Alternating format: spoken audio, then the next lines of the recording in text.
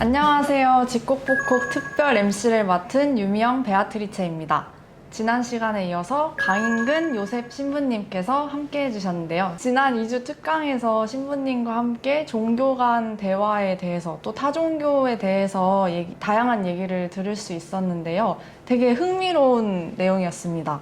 그리고 들으면서 타종교를 바라보는 제 시선이 그동안 어땠는지, 그리고 어떻게 하면 하나로 좀 연대해서 좋은 선한 일들을 할 수 있을까, 이런 것도 좀 생각해 볼 수 있는 시간이었습니다. 그럼 지난 2주 동안은 신부님께서 교황청 종교간 대화 평의회 자문위원으로서의 얘기를 나눴다면, 이번에는 캄보디아 선교사로서의 얘기를 좀 나눠보려고 하는데요. 캄보디아 미션이 어떤 건지, 신부님이 어떤 일을 하고 계시는지 소개 부탁드립니다.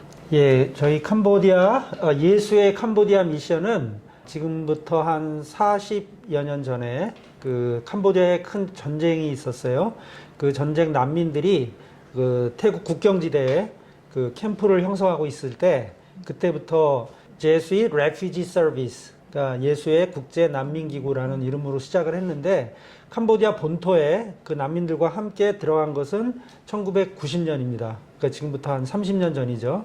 그때부터 시작을 해서 1994년에 정식으로 난민, 레퓨지를 빼고 제수의 서비스 캄보디아라는 이름으로, 예수의 국제봉사단이라는 이름으로 정식 미션을 시작했습니다.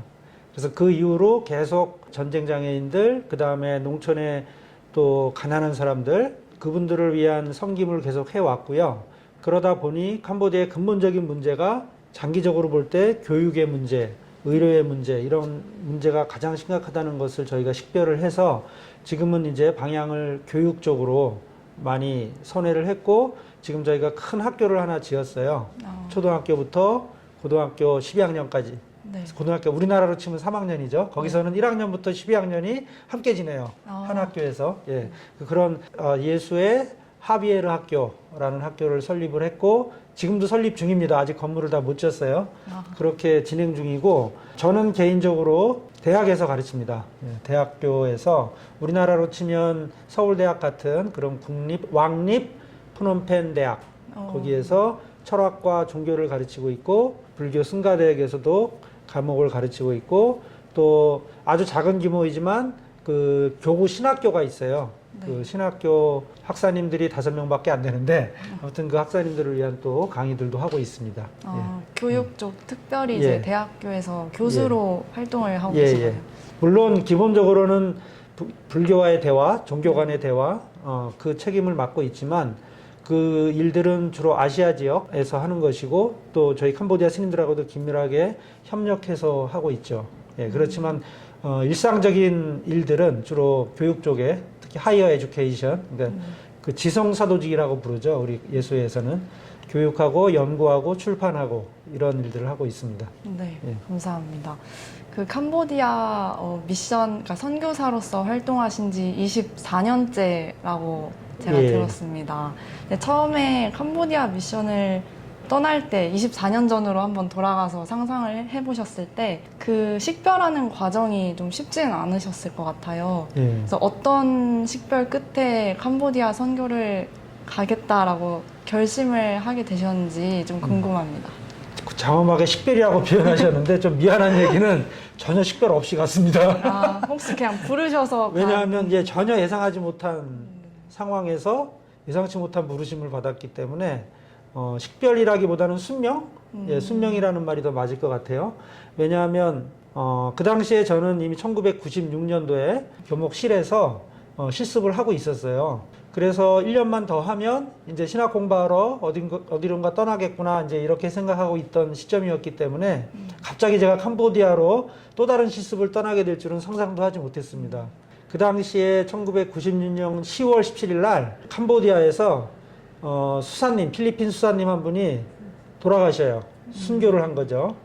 그 이야기도 감동적인 스토리인데, 아무튼 그런 사건이 벌어지고, 제가 서강대 사제관에서 머물고 있었는데, 총장 신부님으로부터 아시아 지역에서 새로운 수사를 보내라, 이런 노티스가 붙어 있었어요, 공지사항이.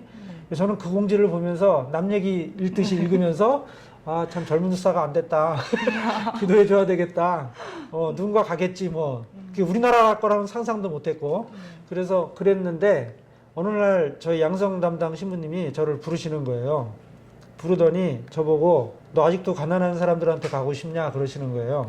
왜냐하면 제가 평소에 노래를 불렀거든요. 제가 원래는 교구신학교 출신인데 네. 예수회로 옮긴 큰 이유가 가난한 사람들을 섬기고 싶다는 그런 지향으로 온 건데 저를 왜 대학교에 보내셨냐고 그런 이야기들을 평소에 늘 불평불만 만나면 말씀드렸었기 때문에 신부님께서 그걸 기억하신 거예요.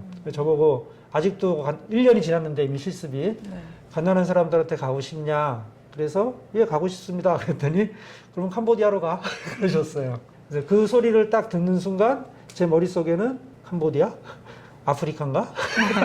예 그렇게 무식했어요. 캄보디아가 어디 있는지도 모르는 그런 상황에서 부르심을 받았고 그냥 간다 그랬죠 뭐.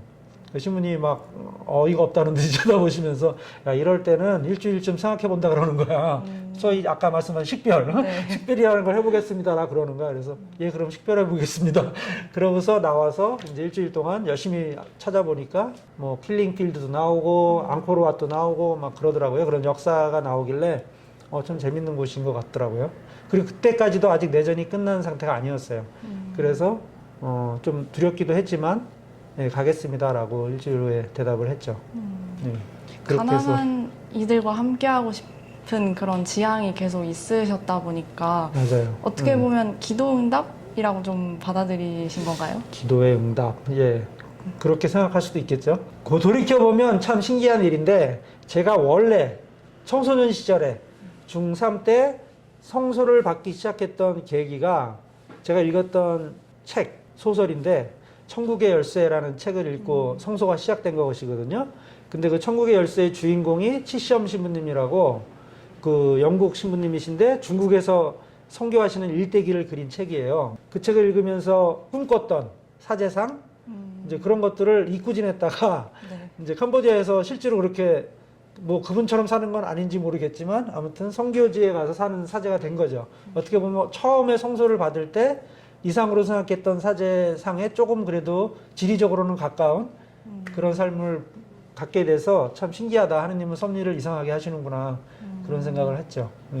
그런 이상과 실제 캄보디아에 갔을 때 현실은 어떠셨는지도 궁금해지네요. 가서 뭔가 내가 지금까지 지향해왔던 그리고 천국의 열쇠 책을 읽으면서 이런 사제상이 되고 싶다.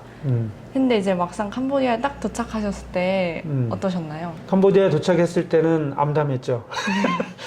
왜냐하면 말도 안 통하고 목이나 더위나 뭐 이런 것도 힘들었어요. 처음엔 굉장히 힘들었는데 더위 특히 진짜 힘들었던 거는 말이에요. 말. 캄보디아 말이 아니고 영어. 왜냐하면 외국인들은 무조건 영어를 잘한다고 생각해. 제가 오인돈 그 당시에 오인돈 수사랑 같이 갔는데 둘 다 영어는 완전 바닥이었거든요.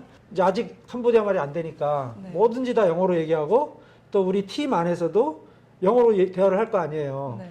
그럼 그때 대표 수녀님이 호주 수녀님이셨는데 네. 호주 발음 제일 큰 충격이었습니다.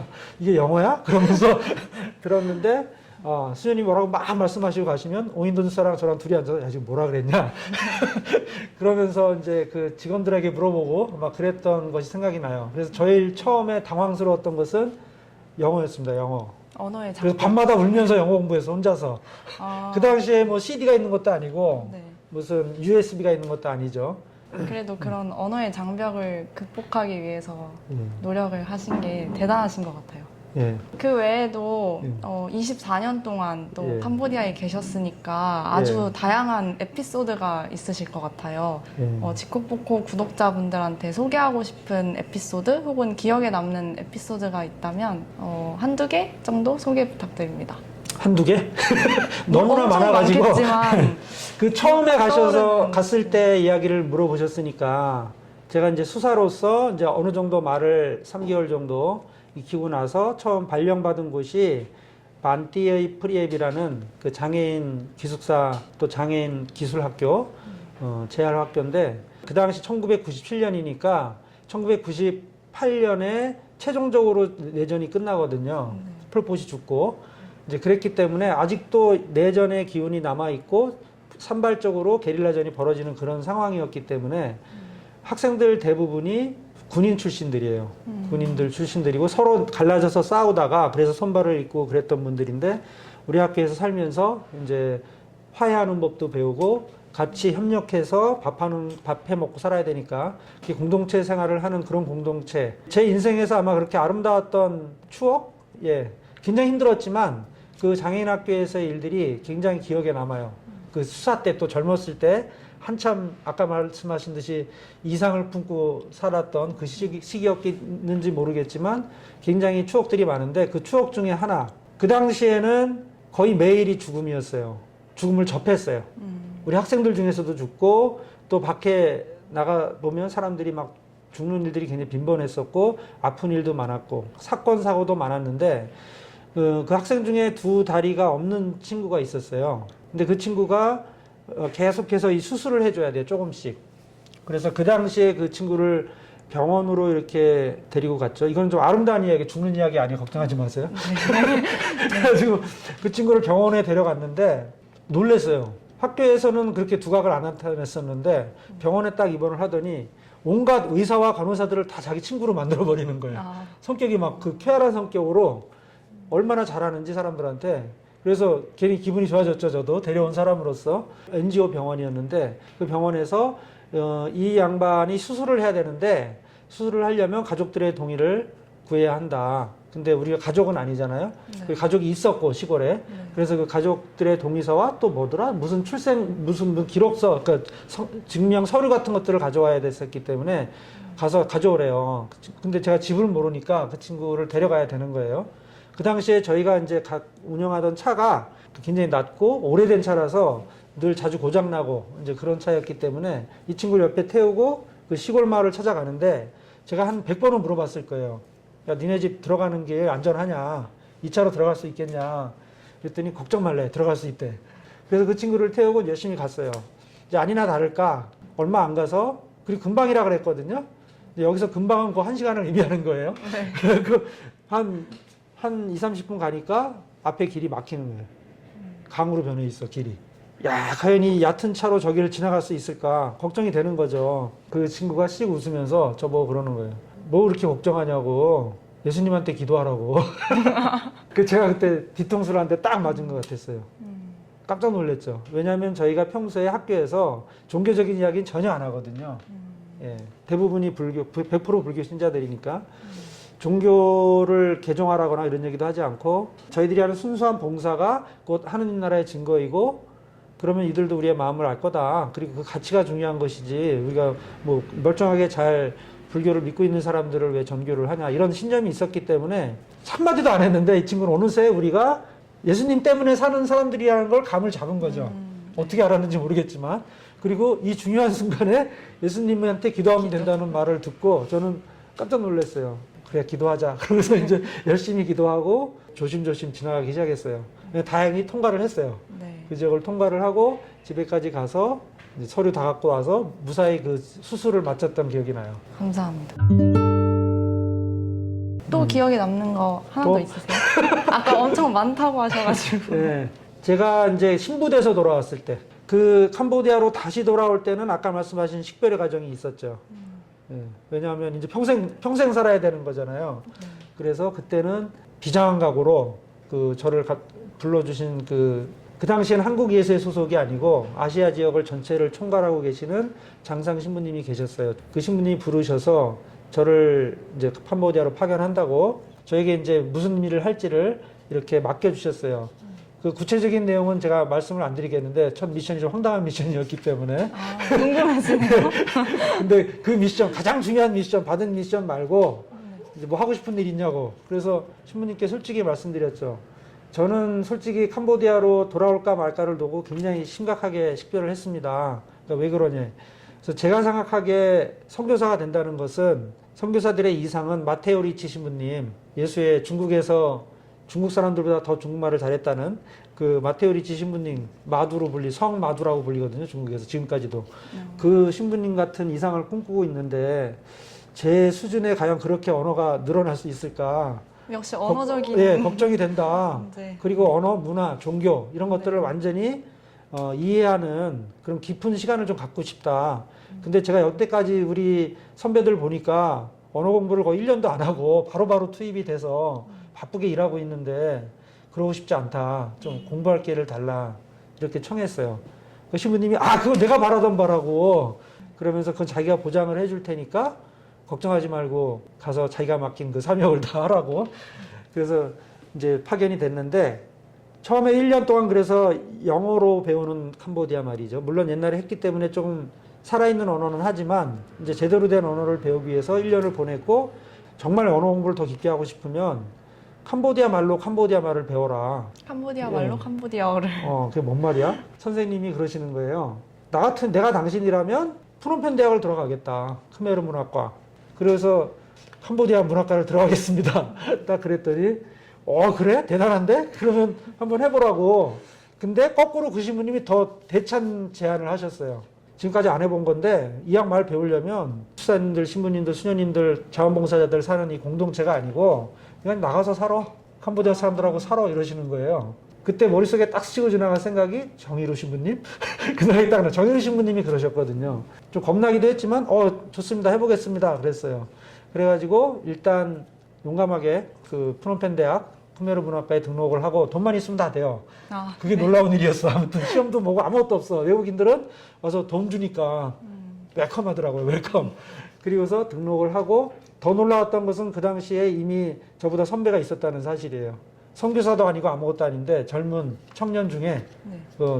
두 분이 3학년에 이미 있었어요. 한국 사람 중에. 한국인 중에. 그분들은 순수하게 공부를 목적으로 오신 분들이었어요. 그쪽 안심을 했죠. 한국 사람이 있구나. 선교사들 중에는 개신교, 카톨릭 다 통틀어서 아마 제가 처음일 거예요. 그런 아이디어를 생각한 게. 그래서 프놈펜 지금은 많아요. 제 이후로는. 근데 이제 프놈펜 대학 입학하고 수업을 듣는데 진짜 내가 왜 이런 짓을 했을까? 한숨이. 예. 이냐시오 성인이 왜 라틴어 배우려고 소명을 느끼시면서 자기 아들, 딸벌 되는 사람들하고 공부했다 그랬잖아요. 딱 그 꼴이었어요. 진짜 아들, 딸벌 되는 학생들하고 같이 앉아 공부를 하는데 하나도 안 들리는 거죠. 뭐 선생님들 하는 말이. 그래서 이제 눈물을 머금고 이제 아이들을 친해야 되겠다. 그 친구들을 만들고 그러면서 내가 지금 집을 좀 찾고 있는데 같이 살고 싶다. 캄보디아 사람들하고 좀 도와달라. 그랬더니 학생들이 소개를 해준 거예요. 어디 가면은 요 학교 근처에 가면 학생들 시골에서 올라온 가난한 학생들끼리 사는 집이 있대요. 그런 센터가 있대. 그래서 또 익사이팅 해가지고 이제 찾아가 봤죠. 그랬더니 막 꾸불꾸불 그 프놈펜 안에도 이상한 골목길로 들어가가지고 막다른 골목길이었어요. 그 마을이 있더라고. 조그만 마을이 하나 있는데 그 마을 끝에 진짜 그런 센터가 있는 거예요. 정말 열악한 상황이었어요. 근데 그때만 해도 제가 아직 젊은 신부였고 이상에 불타고 있었기 때문에 치션 신부도 막 떠오르고 그래서 야 이거다 싶어가지고 이제 그 사람들한테 친구들한테 그 대학생들한테 막 대화 나누면서 친해지고 그 다음에 저희 이제 로컬 장상 신부님이셨던 스페인 신부님한테 제가 이제 물어봤죠. 이런 데를 찾아냈는데 여기 가서 살고 싶다고. 그 신부님이 좀 못 믿었는지 직접 가서 봐야 되겠대. 그래갖고 와서 딱 보시더니 안 돼. 너무 열악해서. 단칼에 너무 열악해. 너 여기 한 달도 못 가서 너 못 살고 온다고 할 거다. 아니면은 최소한 병이 걸릴 거다. 그래서 이제 그 친구들하고 막 상의를 하고 있는데 바로 옆에 아주 가난한 집이었지만 합의를 보고 신부님한테 허락을 맡아서 캄보디아 사람들 속에서 사는 삶이 시작된 거예요. 그 마을이 아주 재밌는 마을이에요. 온갖 사람들이 다 사는 거예요. 은행에 다니는 좀 중산층 아저씨도 계시고 공장 노동자 아가씨들도 있고 순사죠. 경찰 하급 공무원도 있고 할 일 없어가지고 이제 맨날 앉아서 술 마시는 아저씨들도 계시고 아주머니들 당연히 있고 할머니, 할아버지 그 다음에 우리 집 당장 밑에 주인 집에도 아기부터 할머니까지 다 있는 거예요. 그 옆에는 대학생들 있잖아요. 네. 그러니까 언어를 배우는 데는 가장 이상적인 환경인 거죠. 그러면서 일치월장을 한 거죠. 3년을 살았어요. 그렇게 3년을 살다 보니까 일치월장을 하고 마을 사람들하고 완전 한 식구처럼 된 거죠. 가난한 마을들은 한 공동체로 살아요. 근데 이제 하루는 그 아줌마가 이제 친해져 1년쯤 지났을 때요. 그 아줌마가 이제 별 얘기를 다 해다 주는데 그 동네 아저씨들 이야기를 물어다 주는데 요즘 우리 동네 아저씨들이 막걸리 마시면서 무슨 얘기 하는지 아냐? 무슨 얘기 하냐고. 당연히 네가 그 뒷담화의 핵심 주제지. 그래서 왜 그러냐고. 그랬더니 얼마나 재밌을 거예요. 그죠? 외국 사람이 들어와갖고 혼자 이렇게 살고 있으니까 자기네끼리 내기를 막 하더래. 막걸리 마시면서. 저 인간이 도대체 어떤 인간일까? 한국에서 왔다는데 왜 저러고 살까? 그리고 자기네끼리 막 이제 궁금해가지고 막 이렇게 물어보다가 자기네끼리 결론을 내렸대요. 저 어떤 인간은 결론을? 고자일 것이다. 고자일 것이다. 안 그러면 저러고 살 리가 없다. 저렇게 허대 멀쩡한 남자가. 그래서 제가 이제 뿔이 나가지고 이제 가가지고 가시더라고 술 먹으면서 이제 또 얘기를 했죠. 오해를 푸셨나요? 네, 오해를 풀려고. 그래서 나는 사실은 고자가 아니고 가족이 없는 이유는 내가 신부다. 정말 복잡해요. 그 설명을 하려면 카톨릭이 뭔지를 설명을 해야 되잖아. 한 번도 들어본 적이 없는 거야, 이 사람들은. 다른 종교는 구경을 해본 적이 없어요.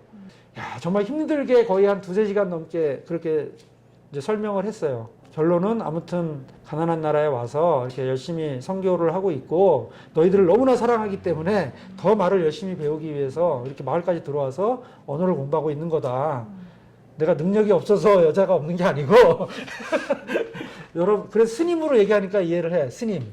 스님들 있지 않냐, 스님들. 그러니까 카톨릭 교회의 스님 같은 사람이다. 내가 그랬더니 어이없다는 듯이 근데 왜 여기서 살아? 절에 가서 살지. 승복은 왜 안 입어? 막 이제 이러는 거죠. 그런 에피소드도 있습니다. 그래서 캄보디아에서는 사실은 저희가 선교사라고 하지만 종교를 전하기 위해서 간 게 아니고 불가능해요, 거의 사실은. 삶을 나누기 위해서 간 거죠. 사실은 그 체험이 굉장히 소중했어요. 그 마을에서 그냥 아무것도 안 하고 있어 보는 거. 물론 말 공부를 했지만 말 공부하면서 그 사람들의 삶과 애환을 같이 나누면서 또 제 이야기도 나누면서 같이 있어 봤던 거. 지금까지 살아오는 어떤 바탕에 그때의 힘이 크게 작용하는 것 같아요. 기적도 체험했거든요. 당연히 말 때문에 들어가서 그러고 살고 있었으니까 말에 온 신경을 다 썼을 거 아니에요? 네. 근데 안 돼. 막 그랬는데 어느 날 갑자기 차를 타고 이렇게 오는데 라디오 소리가 뻥 하고 터지는 거예요. 다 들렸어요. 한순간에. 언어의 기적. 에파타. 열려라. 그래서 열렸어요. 진짜. 귀가 열리더라고. 그 다음부터는 정말 이제 쉬워지기 시작했어요. 언어는 이렇게 단계적으로 차곡차곡 올라가는 게 아니고 어느 순간이 쭉 되면 축적되다가 어느 순간에 팍 뛰는 거구나. 그거를 깨닫게 됐죠. 그래서 지금 혹시 외국어 공부하시는 분들이 있으면 포기하지 말고 끊임없이 축적해라. 그럼 어느 순간 트인다. 저도 동의합니다. 예. 네. 신부님 그 캄보디아 체험 얘기를 들으니까 신부님들 혹은 수사님들끼리 공동체에서 사는 거랑 또 캄보디아 실제 마을에서 산 그 체험이 어떻게 보면 더 값지고 그럼요. 신부님한테 예. 필요한 경험이었기 예. 때문에 또 하느님께서 주신 게 아닐까 하는 생각이 좀 들었습니다. 그럼 다음 주에 이어서 또 캄보디아에서 있었던 얘기 나눠보도록 할게요. 감사합니다. 예, 감사합니다.